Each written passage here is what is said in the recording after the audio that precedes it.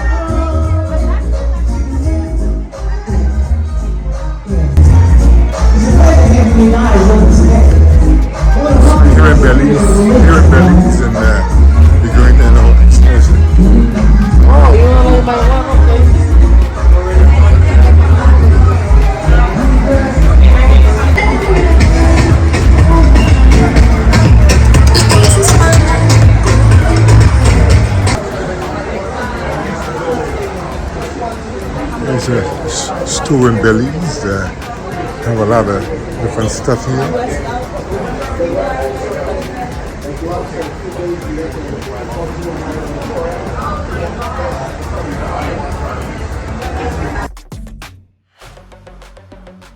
Royal Caribbean Cruise Line is one of the biggest companies that is attempting to make a major port out there. If they succeed, we're going to be good. They'll be able to dock as much as 6 ships on a single day. So we are seeing maybe today a cruise ship is still in its infancy stage in Belize, okay? Good young man?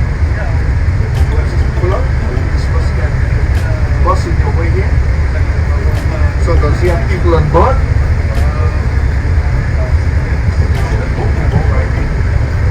It'll be a trouble for you here. I don't understand that. You see, we have 3 cruise ships today. Month of July is kind of slow. We only have 9 days for the entire month. But fortunately today there's 3 ships out there. So when there's 3 ships, it's like chaos out there. I'm used to the situation. Some people run around like chickens with their head cut off. But I don't get into carried away with that. Once you're ready to roll, we're good, okay? So I'm sorry for the beginning we felt that way, but we're doing very well, right? Yeah. So what will we do? Which one will pull up and what will be the case? Somebody, what happens? We're in the hurricane season. We're commencing in July, and that simply shows that the hurricane season starts from June till November. Belize is always in the path of hurricanes. When a hurricane forms in the Atlantic Ocean, it comes straight to the Caribbean Sea. If it comes directly west, do you know a dartboard? You see a dartboard? You see the center, which is the red spot they call the bullseye? Well, that's where Belize is located. So when a hurricane comes smack on west, we're asking for it.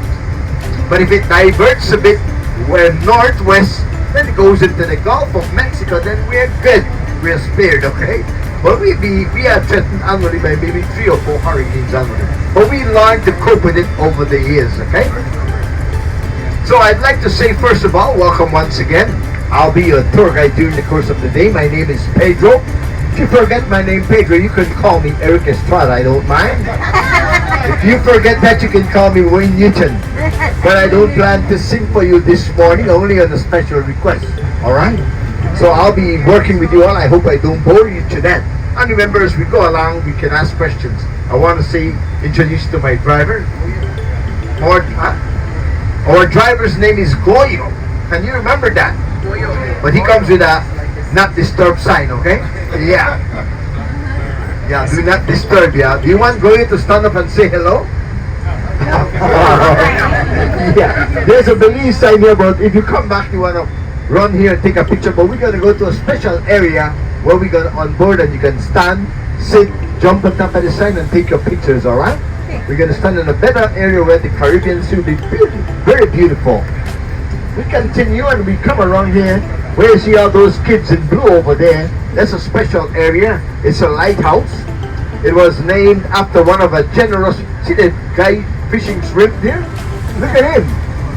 You know what's amazing? See all of them, they're trawling for shrimp. And you know what's amazing? They don't need a license. You come here and you get a net, you can throw it out there, you catch 3, 5, 10, 15 pounds of shrimp. It is yours. If you're going to do it commercially, then you get a license. But as a Belizean, you're in town. See how they're scattered out there? It's amazing. Look at them, that means the shrimps are coming in, guys.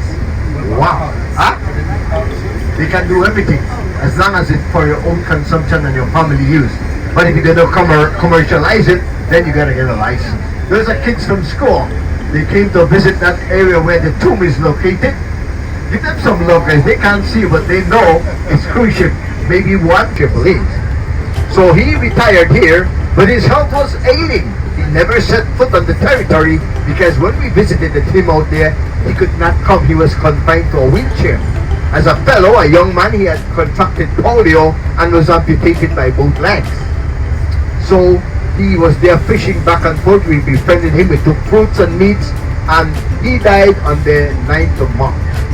But before he passed away, his attorneys got in touch with him. Continue to rule the guy. And he said he wanted to do something for Belize and he wanted to focus on the education of our people. So today, because of that fellow, we have 400 schools. Yeah, the literacy rate is 94%, the highest in Central America. We have 400 schools and a school of nursing as well. He left 1.8 million pounds 1927, but we could only touch the interest of that money. His name is, you want to know his name? Are you sure? Yes. Can you bear with me? Yes. Henry, Edward, Ernest, Victor, Bliss. Wow, loaded names, right? We affectionately call the fellow today Baron Bliss. He was a baron from the Kingdom of Portugal. Don't ask me how a British fellow became a baron from the Kingdom of Portugal. I do not know. Okay? Politics, yeah. Here we have a construction of a 5-star hotel. We see a lot of work going on here. It was bought by a British millionaire, Lord Ashcroft. It was once the Radisson Fort George. He broke away from the Radisson Group and is building the Fort George Park. Could be completed in another 2 or 3 years, but it's not being built for me or Goyo. It is built for you guys when you come back here. It's a 5-star hotel, alright? Yeah.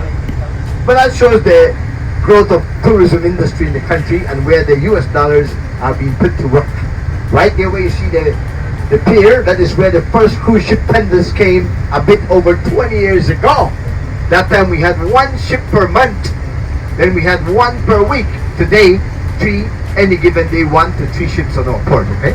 So thank you guys for choosing Calypso Train. Thank you for coming to the country of Belize. Your presence here injects a lot of money into our economy. Thank you so much.